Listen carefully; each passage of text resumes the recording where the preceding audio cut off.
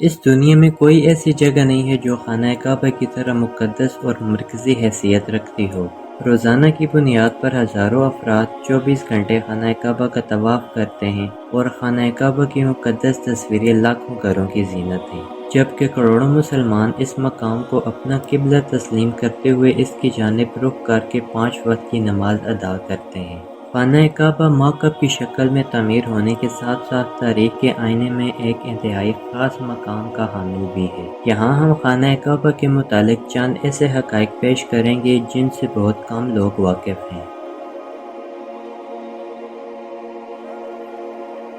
خانہ کعبہ جس طرح آج ہمیں نظر آتا ہے، یہ ویسا نہیں ہے جو حضرت ابراہیم علیہ السلام اور حضرت اسماعیل علیہ السلام کے دور میں دوبارہ تعمیر ہوا تھا۔ وقت کے ساتھ ساتھ پیش آنے والے قدرتی آفات اور حادثات کی وجہ سے اس کو دوبارہ تعمیر کرنے کی ضرورت پڑتی رہی ہے۔ بے شک ہم سب جانتے ہیں کہ خانہ کعبہ کی دوبارہ تعمیر کا ایک بڑا حصہ نبی کریم صلی اللہ علیہ وآلہ وسلم کی زندگی میں نبوت ملنے سے قبل ممکن ہو چکا تھا۔ یہ وہ وقت تھا جب نبی کریم صلی اللہ علیہ وآلہ وسلم نے ایک بڑی خون ریزی کو اپنی دور اندیشی سے روکا تھا۔ اس کے بعد آنے والے وقت میں کئی مرتبہ خانہ کعبہ کی تعمیر ہوتی رہی۔ آخر میں خانہ کعبہ کی تفصیل سے آرائش 1996 میں ہوئی تھی، جس کے نتیجے میں بہت سارے پتھروں کو ہٹا دیا گیا تھا اور بنیاد کو مضبوط کر کے نئی چھت ڈالی گئی تھی۔ یہ اب تک کی آخری بڑی تعمیر ہے اور اب خانہ کعبہ کی عمارت کو پہلے سے کہیں زیادہ مضبوط تصور کیا جاتا ہے۔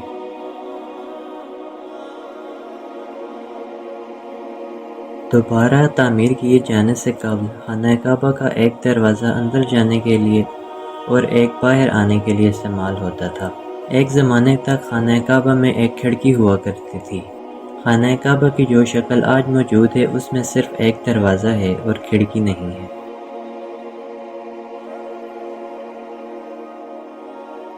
ہم لوگوں نے خانہ کعبہ کو ہمیشہ کالے رنگ کی قصوہ اور سونے کے دھاگوں میں دیکھنے کی ایسی عادت ہو چکی کہ ہم اس کو کسی اور رنگ میں تصور بھی نہیں کر سکتے۔ یہ روایت خلافت عباسیہ، جن کے گھروں کا رنگ کالا تھا، ان کے دور سے چلی آ رہی ہے، لیکن اس سے قبل خانہ کعبہ مختلف رنگوں کے غلاف سے ڈھکا رہتا تھا۔ نبی کریم صلی اللہ علیہ وآلہ وسلم کے دور میں قصوہ کی جگہ سرخ اور سفید دھاریوں والا یمنی کپڑا تھا۔ خلفائے راشدین حضرت ابو بکر، عمر اور عثمان رضی اللہ عنہ نے اپنے دور حکومت میں کعبہ کو قباطی یعنی مصر کے ایک پتلے سفید کپڑے سے ڈھانپا گیا تھا۔ پھر اس کے بعد 64 ہجری میں حضرت عبداللہ بن زبیر نے خانہ کعبہ کو سرخ رنگ کے ریشم کا غلاف دیا۔ پھر اس کے بعد 456 ہجری میں سلجوق کے ایک سلطان نے کعبہ شریف کو پیلے رنگ کے ریشم کا غلاف دیا۔ پھر اس کے بعد 622 ہجری میں خلافت عباسیہ کے خلیفہ الناصر نے غلاف کعبہ کو سبز رنگ کے ریشم سے تبدیل کر دیا۔ خلیفہ الناصر کے بعد غلاف کعبہ کو سیاہ رنگ کے ریشم میں تبدیل کر دیا گیا اور 1224 ہجری سے آج تک قصوہ کا رنگ سیاہ ہی رہا ہے۔ فتح مکہ کے وقت نبی کریم صلی اللہ علیہ وسلم کو خانہ کعبہ کی چابیاں دی گئی تھیں، لیکن بجائے اس کے کہ آپ یہ چابیاں اپنے پاس رکھتے، آپ نے یہ چابیاں بنی شائبہ کے عثمان بن طلحہ کو واپس کر دیں۔ اس وقت سے آج تک وہ ان چابیوں کے روایتی رکھوالے ہیں اور نبی کریم صلی اللہ علیہ وسلم کے نادر الفاظ کی روشنی میں یہ چابیاں ہمیشہ ان کے پاس ہی محفوظ رہیں گی۔ آپ صلی اللہ علیہ وسلم نے فرمایا، اے بنی طلحہ، یہ چابیاں روز قیامت تک تیری تحویل میں رہیں گی، سوائے اس کے کہ زور زبردستی تجھ سے غیر اخلاقی طریقے سے چھین لی جائے۔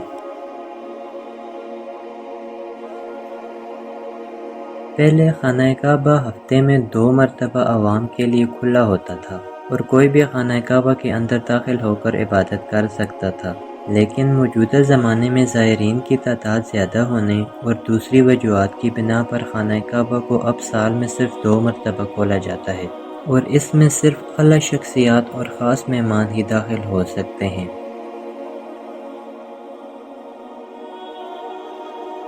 خانہ کعبہ کے بالکل اوپر 7ویں آسمان میں ایک اور خانہ کعبہ بھی موجود ہے جس کو بیت المعمور کہتے ہیں۔ اس کا اشارہ قرآن مجید میں بھی موجود ہے اور نبی پاک صلی اللہ علیہ وسلم نے بھی اس بات کی نشاندہی کی ہے۔ رسول کریم صلی اللہ علیہ وآلہ وسلم نے معراج کا واقعہ سناتے ہوئے فرمایا، جب مجھے بیت المعمور دکھایا گیا تو میں نے جبرائیل علیہ السلام سے پوچھا۔ انہوں نے جواب دیا کہ یہ بیت المعمور ہے جہاں 70,000 فرشتے روزانہ اللہ کی عبادت کرتے ہیں، اور جب وہ یہاں سے جاتے ہیں تو واپس نہیں آتے، ہمیشہ نیا دست آتا ہے، یعنی ایک فرشتے کو اس کے طواف کی سعادت صرف ایک بار ملتی ہے۔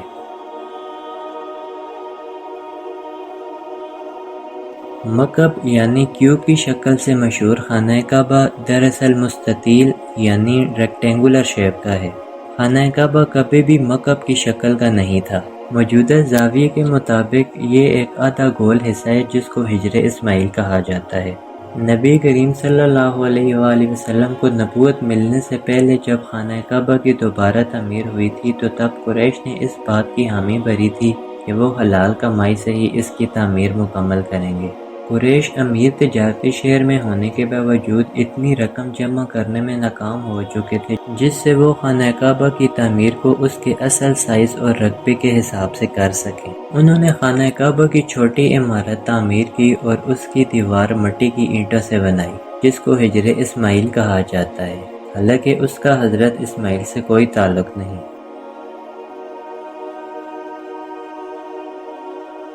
کیا آپ نے کبھی اس بات پر غور کیا کہ حجر اسود چاندی کے سانچے میں کیوں گھرا رہتا ہے؟ کچھ لوگوں کا خیال ہے کہ حجر اسود حجاج بن یوسف کی فوج کے ہاتھوں مارے گئے پتھر لگنے کی وجہ سے ٹوٹ گیا تھا جب اس نے حضرت عبداللہ بن زبیر رضی اللہ عنہ پر لشکر کشی کی تھی۔ کچھ سراؤں کے مطابق حجر اسود بحرین سے تعلق رکھنے والے اسماعیلی گروپ کے ہاتھوں ٹوٹ گیا تھا۔ ان لوگوں کا یہ خیال تھا کہ حج مبارک ایک توہم پرستی کا عمل ہے۔ اپنی بات کو سچ ثابت کرنے کے لیے ان لوگوں نے 10,000 حجاج کو مار کر ان کی باقیات کو آب زمزم کے کنویں میں پھینک دیا تھا۔ یہ غیر انسانی عمل کافی نہیں تھا کہ یہ شیطان حجر اسود کو عرب کے مشرق میں لے گئے اور پھر عراق کے شہر کفہ لے گئے جہاں اس کے عوض تاوان وصول کیا۔ جب ان لوگوں کو مجبور کیا گیا تو ان لوگوں نے اسے عباسی خلیفہ کو واپس کر دیا، لیکن جب اسے واپس کیا گیا تو یہ ٹکڑوں میں تھا اور اس کو یکجا کرنے کا صرف ایک طریقہ سمجھ آیا کہ اس کو چاندی کے سانچے میں رکھا جائے۔ کچھ تاریخ دانوں کے مطابق اس مقدس پتھر کے کچھ حصے آج بھی کہیں گم ہیں۔ اس کا جواب اس حدیث شریف میں موجود ہے۔ امام مسلم رحمۃ اللہ علیہ نے حضرت عائشہ رضی اللہ عنہ سے حدیث بیان فرمائی ہے۔ حضرت عائشہ رضی اللہ عنہ فرماتی ہیں کہ میں نے رسول اکرم صلی اللہ علیہ وآلہ وسلم سے حتیم کے بارے میں سوال کیا کہ کیا یہ بیت اللہ کا حصہ ہے؟ تو نبی کریم صلی اللہ علیہ وسلم نے جواب دیا جی ہاں۔ عائشہ رضی اللہ عنہ فرماتی ہیں کہ میں نے پوچھا کہ اسے پھر بیت اللہ میں داخل کیوں نہیں کیا گیا؟ تو نبی کریم صلی اللہ علیہ وآلہ وسلم کا جواب تھا کہ تیری قوم کے پاس خرچے کے لیے رقم کم پڑ گئی تھی۔ حضرت عائشہ نے پوچھا کہ بیت اللہ کا دروازہ اونچا کیوں ہے؟ تو نبی کریم صلی اللہ علیہ وآلہ وسلم نے جواب دیا کہ تیری قوم نے اسے اونچا اس لیے کیا تاکہ وہ جسے چاہیں بیت اللہ میں داخل کریں اور جسے چاہیں داخل نہ کریں، اور اگر تیری قوم نئی مسلمان نہ ہوتی اور ان کے دل اس بات کو تسلیم کرنے سے انکار نہ کرتے تو میں اس حتیم کو بیت اللہ میں شامل کر دیتا اور دروازہ زمین کے برابر کر دیتا۔